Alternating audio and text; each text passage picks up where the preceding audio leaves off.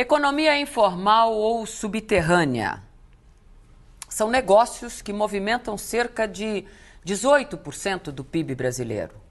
Portanto, é uma montanha de dinheiro que gira nessa economia subterrânea, gira na informalidade, com todos os prejuízos decorrentes disso, no que diz respeito à qualidade do emprego oferecido por uma empresa informal, a ausência de pagamento de impostos, a concorrência predatória com empresas formais, enfim, economia subterrânea, tema do Fala Sério, que está recebendo nesta segunda-feira o presidente do Ético, Dr. Roberto Abdennour. Dr. Roberto, a impressão que nós temos é que apenas pequenas empresas sobrevivem nessa informalidade.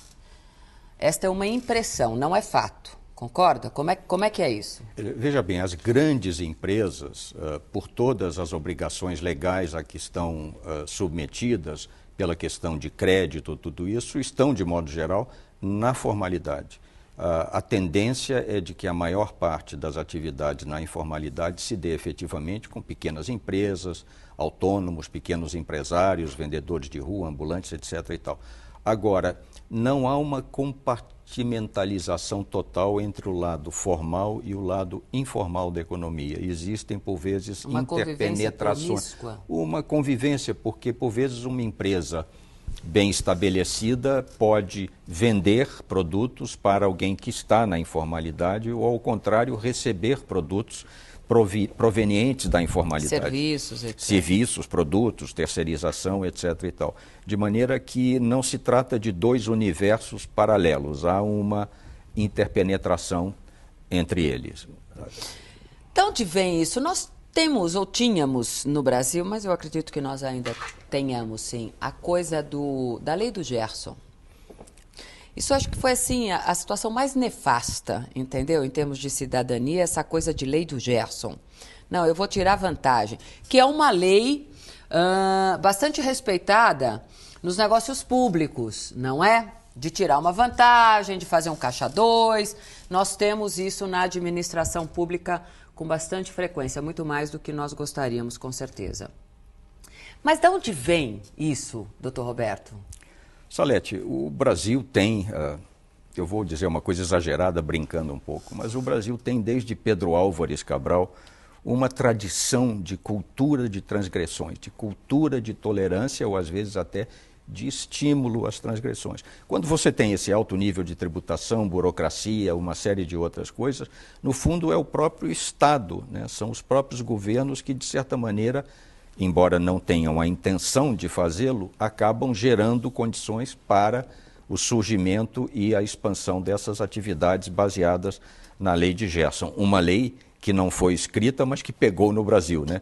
Diferentemente de outras que não foram escritas, que foram escritas e que como não se pegam. Fosse bonito essa Exatamente. coisa, eu vou tirar vantagem em cima de você, eu vou te vender alguma coisa com defeito e vou... não existe o compromisso, é a ausência de compromisso. Permita-me dizer, no que diz respeito às transgressões, quero fazer um pequeno comercial, o Ético organizou seminários e continua organizando seminários sobre essa questão da cultura de transgressões no Brasil. E nós publicamos 2 livros muito interessantes com ensaios de cientistas políticos, sociólogos, até antropólogos, sobre a história das transgressões no Brasil, um segundo volume sobre a situação atual e vamos publicar em meados de agosto um novo volume sobre perspectivas para o futuro. Muito Isso é um pequeno comercial. Não, mas agora vamos terminar o comercial. Como é que as pessoas, as pessoas podem entrar no site do Ético e verem as referências e encomendarem nas livrarias. São livros que estão nas livrarias, não é? O Ético publica umas revistas trimestrais ou quadrimestrais com matérias interessantes sobre essas coisas, mas o que eu estou falando são livros mesmo e livros de muito boa qualidade. É preciso ver, por isso que eu dizia, curioso. Começou com Pedro Álvares Cabral praticamente, né? Enfim. O Pero Vaz de Caminha, né, já mentiu um pouquinho naquela carta dele ao rei de Portugal, dizendo que aqui, explantando tudo dá e tal, já era uma maneira de levar vantagem junto ao rei de Portugal. Né? Isso eu estou exagerando um pouco aí. O Instituto Ético, é bom lembrar que é o Instituto Brasileiro de Ética Concorrencial. o qual é presidido pelo Dr. Roberto Abdenur. Dr. Roberto, o trabalhador seria a parte mais frágil Exatamente. desse elo de legalidade, ilegalidade? Ele é a parte mais frágil, quer dizer, o trabalhador que está na informalidade, ele não tem seus direitos trabalhistas respeitados, ele não tem direito à previdência social, ele vive numa situação precária e de insegurança, né? Ele muitas vezes é uma pessoa de pobre nível de educação, de maneira que é muito importante, não só o governo, mas a sociedade, as empresas, as escolas, as universidades, que a sociedade brasileira se mova no sentido de ir mudando essa situação e de tanto quanto possível acelerar a redução do peso relativo e tal, aumentar a empregabilidade das pessoas. Isso exige educação. E você usou uma palavra que é muito central a isso tudo, que é o conceito de cidadania. Quer dizer, o trabalhador pobre, humilde, que está na informalidade, ele não é um cidadão pleno, ele não tem consciência sequer de seus direitos, e menos ainda de suas obrigações. As duas coisas vão juntas, né? A consciência das suas necessidades. Ele está atendendo às suas necessidades imediatas, mas sem perspectiva de uma carreira, de um futuro. Agora, é curioso porque, mal ou bem, nós temos progredido e, por exemplo, um fator hoje muito presente na economia brasileira é o crescimento rápido da disponibilidade de crédito, da oferta de crédito bancário, de crédito para atividades produtivas. Isso tem melhorado muito, um avanço extraordinário. Então, muita gente, ou pequenas empresas, que está hoje na informalidade, passa a querer entrar na economia organizada para ter condições de crédito e, assim, poder expandir as suas atividades. Porque na informalidade há limites para o que você pode fazer.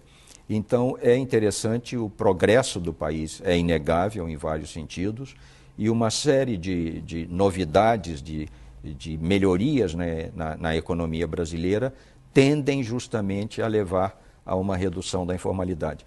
Como você assinalou no início do programa, a redução ainda é pequena, né? Mas por quê? Porque, embora crescendo bastante, a economia brasileira ainda não tem condições de absorver toda a reserva de trabalho, digamos, o estoque de mão de obra que se acumulou ao longo dos anos e parte do qual vai para a informalidade, né? Então, para que a informalidade se reduza, é preciso que a economia cresça ainda mais e que haja estímulos por parte das autoridades para facilitar a formalização de quem está fora da economia, né? Nós vivemos um momento de contradição, porque temos o pleno emprego, temos o desemprego e temos a falta de mão de obra. As empresas na busca de trabalhadores, os desempregados estão ali e não se movimentam.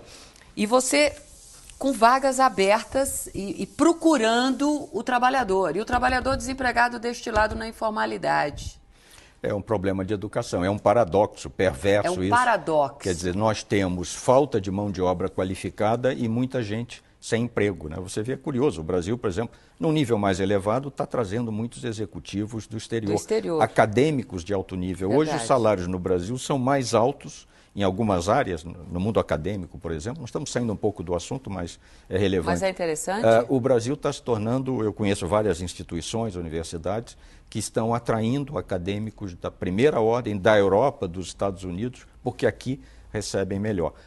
E assim também executivos. Agora, no nível do trabalho mais de chão de fábrica, né, enfim, de balcão de loja e tudo isso, nós temos falta de gente qualificada, de modo que os programas de educação, de geração de melhor conhecimento da mão de obra são fundamentais. Você tem o SEBRAE e outras entidades que fazem um belo trabalho. Agora, as dimensões do país, da população brasileira, hoje nos aproximando de 200 milhões de pessoas, né, com uma mão de obra de mais de 100 milhões de pessoas, é difícil atender isso, né? O país é muito grande. Por isso, doutor Roberto, nós não tivemos a queda que prevíamos ter com o crescimento da nossa economia, que nós tivemos um crescimento de 7,5%. Exatamente. E você, ao contrário, de alguma forma você cria consistência para esse universo de informalidade. Porque o trabalhador que está na informalidade, a dificuldade de sair é cada vez maior. Por quê? Porque o universo formal da contratação de mão de obra exige uma qualificação cada vez maior.